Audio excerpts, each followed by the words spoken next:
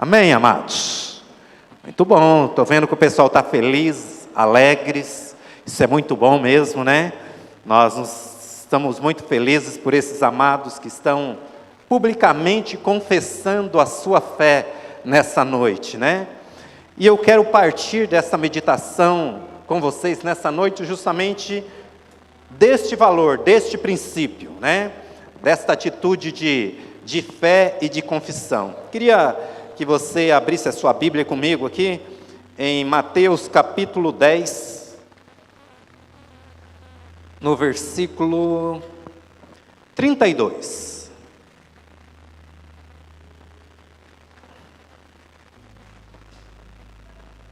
Diz assim: portanto, todo aquele que me confessar diante dos homens, também eu o confessarei diante do meu Pai, que está nos céus. Mas aquele que me negar diante dos homens, também eu o negarei diante do meu Pai, que está nos céus. Amém? Simples assim, né? Sabe, irmãos, você já parou para pensar no quanto Deus ama você? Você já parou para pensar no quanto Deus se preocupa, o quanto Ele se interessa, o quanto Ele trabalha em seu favor?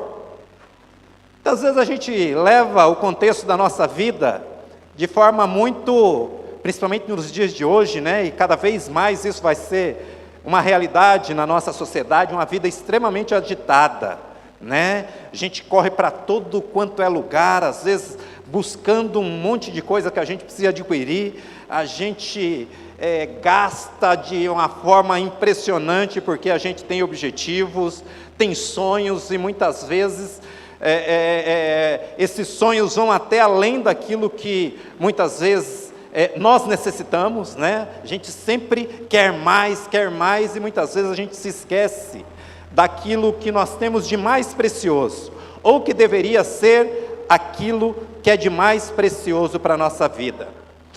Porque Deus, irmãos, nos ama de uma forma incondicional, de uma forma que nós não temos a condição de medir. Tal é o amor de Deus por nós. A palavra de Deus diz que Deus, Ele vai além disso.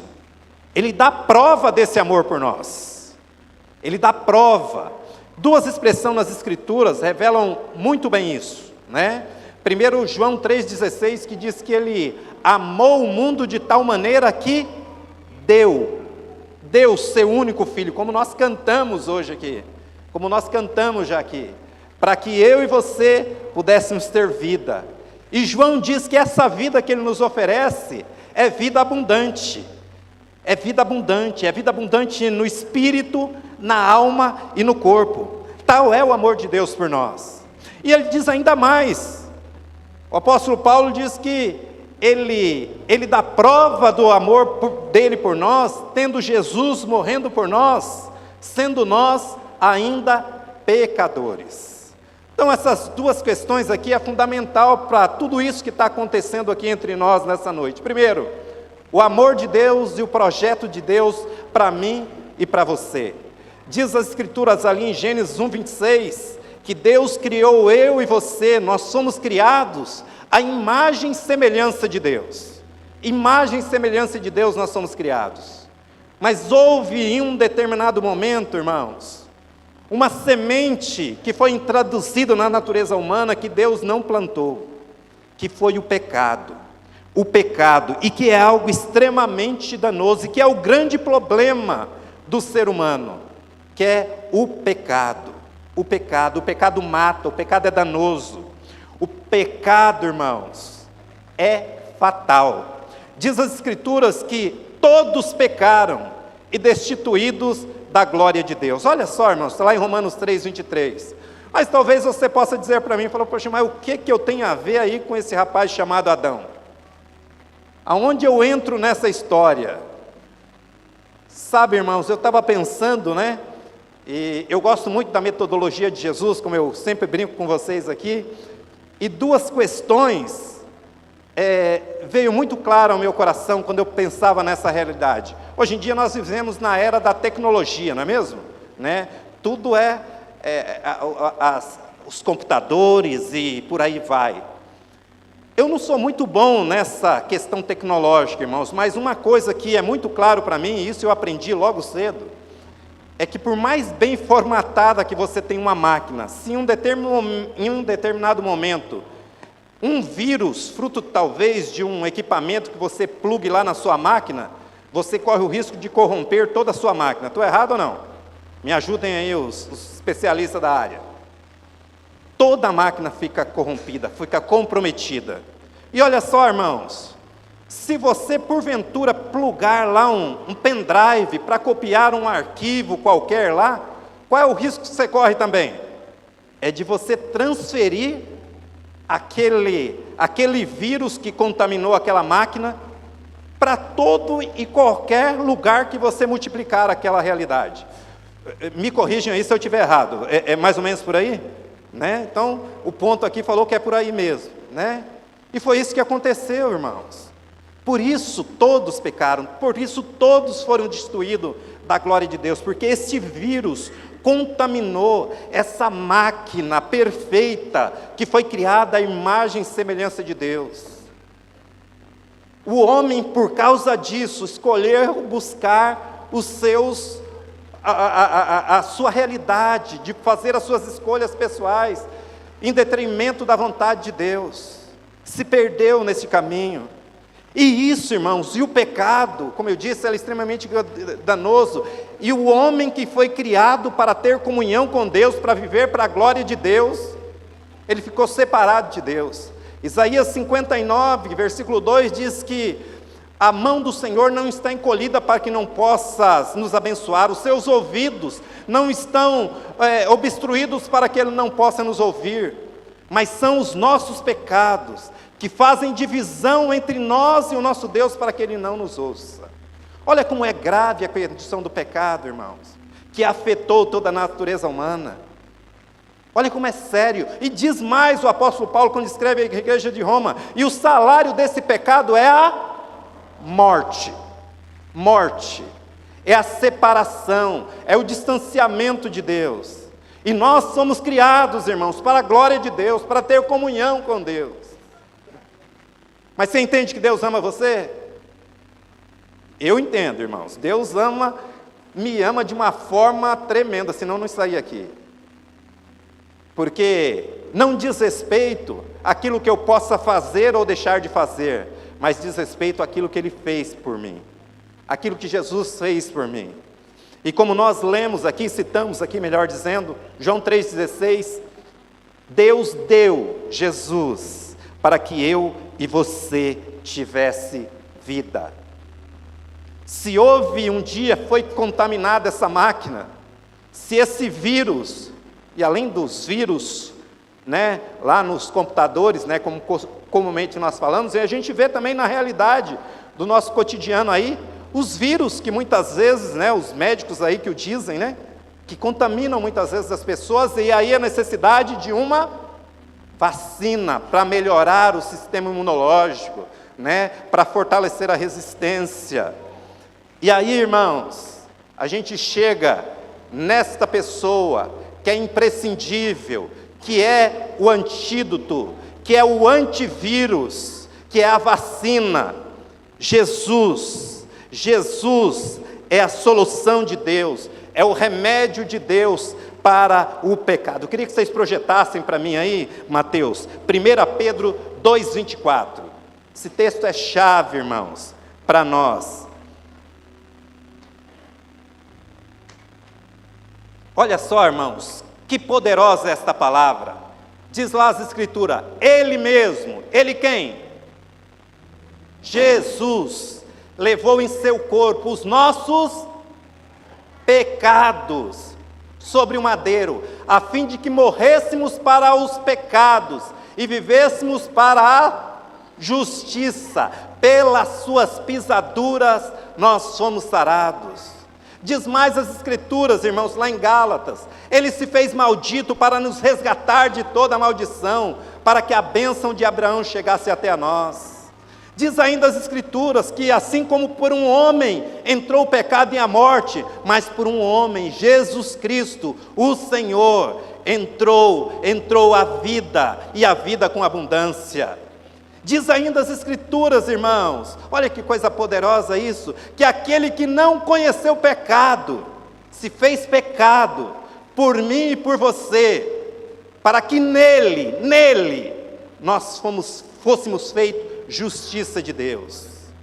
E aí diz mais ainda o apóstolo Paulo, aquele que está em Cristo é nova criatura, as coisas velhas já passaram, e tudo se fez novo, Esta é a resposta de Deus para nós, esse é o remédio que o ser humano, que todos nós necessitamos, que é a cruz, só que em contrapartida, irmãos, Deus espera do ser humano uma resposta da mesma forma. Ele espera uma atitude nossa, Ele espera uma ação da nossa parte, que muitas vezes, irmãos, a gente pensa em fazer tantas coisas para agradar a Deus, e aí está o grande perigo da religiosidade. Eu me lembrava de um momento que nós vivemos na nossa família, né? O meu filho ele vai lembrar disso, né? Que eu tinha uma pessoa do nosso contexto familiar assim. Pensa numa pessoa boa, irmãos, pensa numa pessoa agradável, pronta em servir, pronta em abençoar, né? E aí um dos meus filhos falava para minha esposa, ele falou, nossa mãe, fulana é tão maravilhosa, né? Tão boa, ela só precisa receber a Cristo. Só precisava disso. E essa resposta que Deus espera de mim e de você, que Deus espera da humanidade. Diz lá o texto das Escrituras, em João 1,12, todos quanto o receberam, foram feitos filhos de Deus. Deu-lhes o direito de se tornarem filhos de Deus. Nós lemos lá no início que nós somos criados à imagem e semelhança de Deus. O processo de filiação, irmãos, se torna em receber a Cristo como Senhor, como Salvador,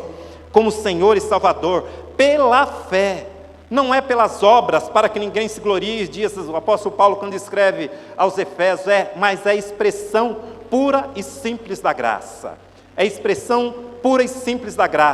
a graça que vem a nós acompanhada da misericórdia de Deus, a misericórdia que é nós não recebermos aquilo que nós merecíamos, que como nós dizíamos, o salário do pecado é a morte, mas em contrapartida, nós somos alcançados pela graça, que é Deus oferecendo tudo que Ele tem de melhor àqueles que nada merecem, mas Deus espera da humanidade recebê-lo como Senhor e Salvador. Nós ouvimos aqui, e isso é profético mesmo, isso que o nosso pastor falava aqui, irmãos. Você crê que Deus tem o controle da sua vida? Tem? Sim ou não? Pois é. Mas Ele só tem o controle daquilo que você entrega a Ele. Se você não entrega a Ele, Ele não vai ter o controle. Diz a palavra de Deus lá nos Salmos, entrega o seu caminho ao Senhor, confia nele e o demais, tudo Ele fará. Ele só tem autoridade naquilo que você entrega. E aquilo que de mais precioso você pode entregar para o Senhor é a sua vida. Semana passada nós falávamos sobre a igreja de Laodiceia aqui, e uma das coisas que havia naquela carta é que Deus dizia assim, olha, eis que estou à porta e bato.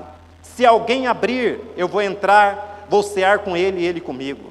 Deus está sempre nessa disposição. Ele é a pessoa mais interessada, irmãos. Eu costumo dizer que o coração de Deus só tem duas batidas. É que nenhum se perca, que todos sejam salvos. Que nenhum se perca, que todos sejam salvos. É assim que bate o coração de Deus. Mas Ele espera de mim e de você essa atitude de recebê-lo em fé. Diz a palavra de Deus lá em Romanos, que com o coração se crê, mas com a boca se confessa para a salvação. Com o coração se crê para a justiça, mas com a boca confessa para a salvação. E os nossos amados hoje aqui, eles vêm diante de Deus, mas vêm diante também da igreja, diante de principados, potestades, para dizerem, eu sou uma nova criatura, Jesus é o Senhor da minha vida. Nós não estamos falando aqui de perfeição, muito pelo contrário, irmãos. Mas aqui nós estamos falando de reconhecimento que nós somos frágeis, mas que em Cristo nós somos mais que vencedores. De que em Cristo nós somos conduzidos em triunfo, e por onde quer que nós haveremos de passar, há de ser manifesto em nós e através de nós o bom perfume de Cristo. Aleluia! Sabe, irmãos, Deus espera isso, que cada um dos nossos queridos estão fazendo nessa noite. É o reconhecimento da sua fé pública. E como diz as Escrituras, pode parecer simples para muita gente, que muitas vezes nós falamos do Evangelho, às vezes é comum as pessoas falarem assim, falando, não, eu tenho fé, eu creio.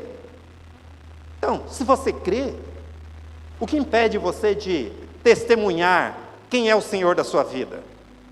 O que impede você de viver de acordo com o senhorio de Cristo na sua vida? O princípio não é, o Senhor tem o controle, eu não entreguei, então cabe a mim crer e obedecer. E aí, meus amados, olha como é maravilhoso isso, como nós falávamos aqui, isto não diz respeito me batizei, então está tudo resolvido. Pois é, agora nós entramos no trilho, né? Quando nós reconhecemos quem é o Senhor, aí nós entramos no trilho, e o trilho diz respeito, porque, como nós dissemos aqui, a vida que o Senhor nos oferece é vida abundante. Esse é o objetivo, Eu creio, irmãos, que ninguém levanta pela manhã e fala assim, não, eu vou, usando o popular aí, vou chutar o balde. Alguém faz isso aqui? Todos nós queremos viver o melhor e desfrutar do melhor, é ou não é? E eu vou dizer um negócio para você, olha, irmãos, só tem duas formas de você viver a vida, sabia? Sabia disso? Só duas formas. Da melhor ou da pior forma, né? Ou você vive para você mesmo, para a sua glória, para o seu ego, ou você vive para Deus, e nós somos chamados para viver para Deus. E aí, nesta caminhada, irmãos, para a gente desfrutar dessa vida abundante que o Senhor nos oferece, aqui e na eternidade, nós caminhamos por algumas ruas que são importantes nós caminharmos. A primeira é a rua da fé. Hebreus 11:6 diz que sem fé é impossível agradar a Deus, porque aquele que dele se aproxima é necessário que creia que Ele é galardoador, que Ele recompensa aqueles que o buscam. Sem fé é impossível agradar a Deus, irmãos. Olha só, receber a Cristo, irmãos, é uma atitude de fé. Viver em Cristo é uma atitude de fé. Eu aprendi algo uma vez com o nosso pastor Ludovico aqui, né? Que ele diz o seguinte, que Jesus, Ele é a porta, Ele é o caminho, Ele é a meta. Foi até tema de um encontro de jovens, se não me engano, né? De um acampamento de jovens, né? Jesus, irmãos, a vida nossa tem que ser vivida nessa esfera, como Jesus, como aquilo que a gente tem de mais precioso, e só há possibilidade de viver isso por fé, irmãos. Quantos de nós não vive muitas vezes adversidades, lutas, tribulações, e a palavra de Deus, em momento algum, Jesus declarou que nós não teríamos essas limitações de dificuldades, mas Ele garantiu que estaria conosco em todo o tempo, até a consumação dos séculos. É em Jesus, isso é vida por fé, E além dessa rua, chamada fé, irmãos, há uma outra rua que nós precisamos andar, se nós queremos desfrutar dessa vida abundante, que é a rua da obediência. Obediência. João 14:21, pode projetar para a gente, Mateus, por favor?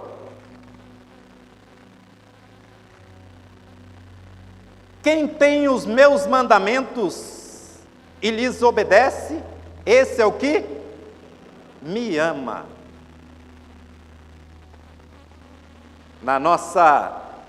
No nosso alfabeto nós temos o abecedário, né? Aqui no reino de Deus nós temos o obedecer, né? Que é aquilo que é o de mais primordial. A obediência, irmãos. A obediência, ela gera bênção. Muitas vezes nós até falávamos isso com os nossos filhos, né? A obediência gera uma recompensa, e a desobediência sempre uma consequência. Não tem como a gente ignorar isso, irmãos. A palavra de Deus lá em Romanos diz assim, olha, nós vamos continuar no pecado para que a graça se abunde? De forma nenhuma. Como nós que já morremos para o pecado, vamos continuar vivendo nele?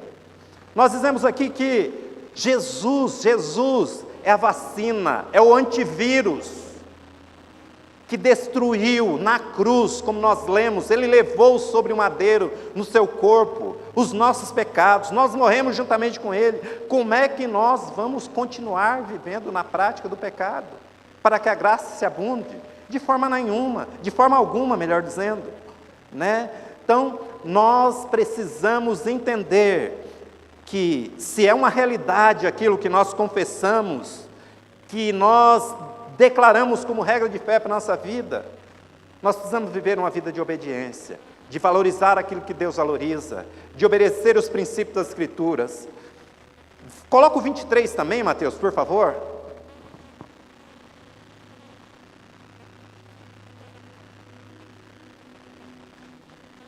Se alguém me ama, obedecerá a minha palavra. Quando eu pensava nisso, no contexto de obedecer a palavra, irmãos, eu me lembrava justamente do contexto das vacinas e dos antivírus, Você passou o antivírus, ele resolve o problema de uma vez por todas? Muitas vezes, você precisa lá, de tempo em tempo, lá dar uma revisada lá, para ver se não tem nada corrompido, eu estava ouvindo outro dia um médico falando do que tem acontecido no nosso país, onde alguns vírus, tipo a poliomielite, por exemplo, já estavam erradicados do Brasil, e que tem voltado, porque tem faltado a cobertura vacinal. E quando eu via esse texto, isso me destacou: se alguém me ama, obedecerá a minha palavra. Palavra de Deus, irmãos, deve ser sempre o referencial para nós. Em qualquer momento, em qualquer contexto, moçada, galera do start, do jovem, até mesmo os adultos aí, Cada um de nós, irmãos, a gente precisa em todo tempo estar de acordo com o prumo da palavra, a obediência, e essa vai sempre gerar bênção para a nossa vida. E ainda 1 João 2,17, Mateus, está um pouquinho mais para frente, lá nas epístolas, 1 de João 2,17, o mundo passa e a sua cobiça, mas aquele que faz a vontade de Deus permanece para sempre, mas aquele que obedece a palavra de Deus, este permanece para sempre, assim como a palavra de Deus não passa. Então, nós entendemos aqui, vamos fazer uma recapitulação aqui, que Deus criou o homem correto, Deus amou e ama e quer o homem para ter o seu relacionamento, mas o pecado corrompeu, destruiu, mas Deus deu o antídoto. Deus, na pessoa de Jesus, é o remédio para o ser humano, e aí, ao esperar essa resposta desse ser humano, numa atitude de fé, ele também obediência e também a perseverança, irmãos. Eu ouvi uma frase uma vez que dizia que a perseverança é a rainha de todas as virtudes. A perseverança é a rainha de todas as virtudes. Eu queria que você me acompanhasse aqui em Hebreus 10, 35 a 39.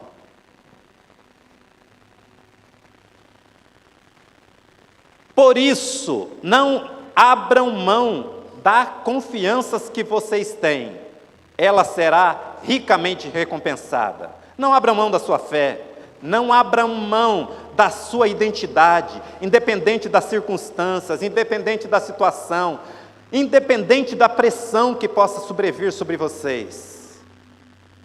Vocês precisam perseverar. O que é perseverança, irmãos? É um verbo bonito, perseverar. Mas o que significa perseverar? Não desistir, persistir, seguir em frente. Vocês precisam perseverar, de modo que quando tiverem feito a vontade de Deus, recebam o que Ele prometeu. Deus é um Deus de aliança, irmãos. É um Deus de promessa, e Ele vela sobre a sua palavra para cumprir. Pois em breve, muito em breve, aquele que vem virá, e não demorará. Aquele que prometeu, irmãos, que iria para o Pai, para nos preparar morada, para que onde quer que Ele estivesse, nós também estivéssemos com Ele.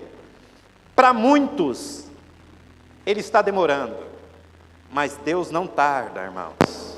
Deus não tarda. Deus jamais chega atrasado na minha e na sua vida. Deus chega sempre no tempo certo.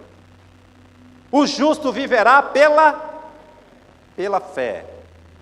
Amados, é pela fé. Retrocedam não. Às vezes vai ter dias que não vai ser tão agradáveis, mas perseverem, vale a pena. Se você retroceder, o Senhor não vai se agradar. O Senhor se entristece no seu recuo. Mas olha só, Ele declara e afirma a mim e a sua identidade. Nós não somos dos que retrocedem e são destruídos, mas dos que creem, dos que perseveram e são salvos para a glória e para o louvor dele. Amém? Então, amados, estamos aqui celebrando, festejando junto com esses amados, a confissão pública deles, a confissão pública da sua identidade, de quem eles são no Senhor. Mas pode ser que durante essa jornada, até o dia da vinda do Senhor, que para muitos podem estar demorando, mas que pode ser ainda essa noite, nós não sabemos. O dia de amanhã não pertence a nós. Mas estejam certos daquilo que Jesus fez, por causa do amor que Ele nutre por você. E dessa forma, perseverem no amor, perseverem na fé, perseverem na obediência a cada princípio das Escrituras, e vocês vão desfrutar a cada dia das abundâncias da graça do Senhor, porque esse é o plano de Deus. Deus não quer que nada te vá mal, Deus quer que você viva e vida a plenitude daquilo que Ele preparou para mim e para você, porque Ele tem o controle da minha e da sua vida, de tudo aquilo que você lhe entregar a Ele. Esse é o dia, meu irmão, essa é a hora. Aqui estão essas vidas que estão fazendo a sua confissão pública. Eu não sei em que estágio você se encontra. Não sei se você entende e crê que Jesus é o Senhor da sua vida. Não sei se você já entregou a sua vida totalmente para Jesus. Mas talvez você entregou fruto de um momento de emoção. Talvez você não tinha convicção, mas esteja certo de uma coisa: não há religiosidade, não há esforço humano que possa promover salvação ao homem, mas Jesus é a resposta. Jesus é o Senhor, e Ele está esperando uma atitude sua, para que você seja reconhecido como filho. Deixe de ser criatura, mesmo que amado, mas Ele espera depositar em suas mãos o privilégio da filiação e da paternidade. E você que já conhece o Senhor, a confissão é importante, como eles estão fazendo. Aquele que crer e for batizado das Escrituras, este será salvo. Diz respeito da confissão pública. E aquele que não crer já está condenado. O batismo é para aqueles que crerem, e eles, por crerem, estão confessando a sua fé pública. Não endureça o seu coração para o Senhor, entregue o seu caminho a Ele, confie nele, e tudo demais Ele vai fazer na sua vida, porque Ele é o Senhor. Ele é o Senhor de toda a criação, de eternidade a eternidade. Ele é o Senhor, louvado seja o nome dele. Nós vamos nessa noite continuar esse tempo de celebração. Queria que vocês ficassem em pé comigo.